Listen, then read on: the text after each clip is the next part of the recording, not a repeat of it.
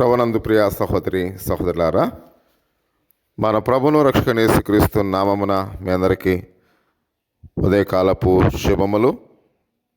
దేవుని యొక్క సందేశాన్ని విందామా? మరి జయించలేని శోధనలు.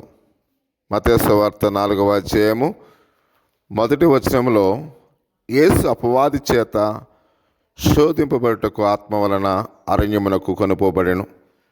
ప్రియ సహోదరి సహోదరుడా, నాకు కార్ డ్రైవింగ్ లైసెన్స్ తీసుకునే వయసు రాకముందే బహిరంగంగా రోడ్డు మీద కారు నడపడం ఎలా ఉంటుందో పలుమార్లు నేను ఊహించాను.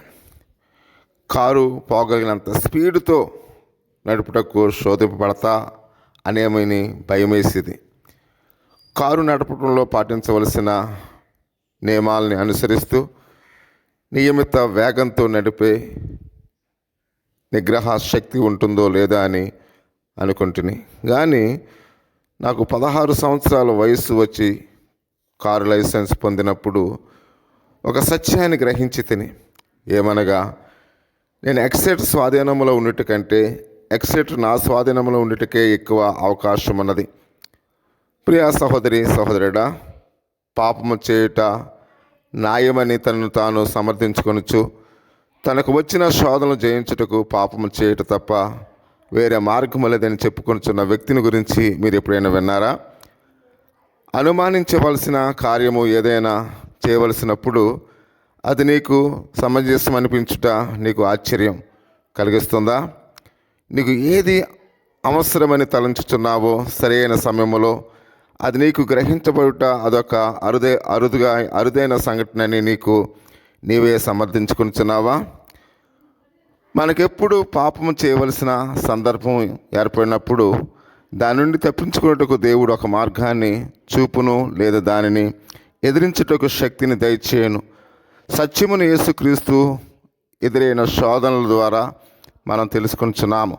లూకా సువార్త 4వ అధ్యాయం 1 నుంచి 13 వచనాల్లో, మొదటి కొరింథీయులకు రాసిన పత్రిక 10వ అధ్యాయం 13 వచనంలో, యేసుక్రీస్తుకు వలె మనము దేవుని వాక్యం మీద, పరిశుద్ధాత్మని మీద ఆధారపడినప్పుడు శోధను ఎదిరించగలము, కానీ పాపము చేసి నశించము. ప్రియ సహోదరి సహోదరుడా, ఈ ఉదయకాల సమయంలో పరిశుద్ధ గ్రంథములో పాత నిబంధనలో యేసేపు ఎంతగానో శోధింపబడ్డాడు, కానీ పాపము చేయలేదు.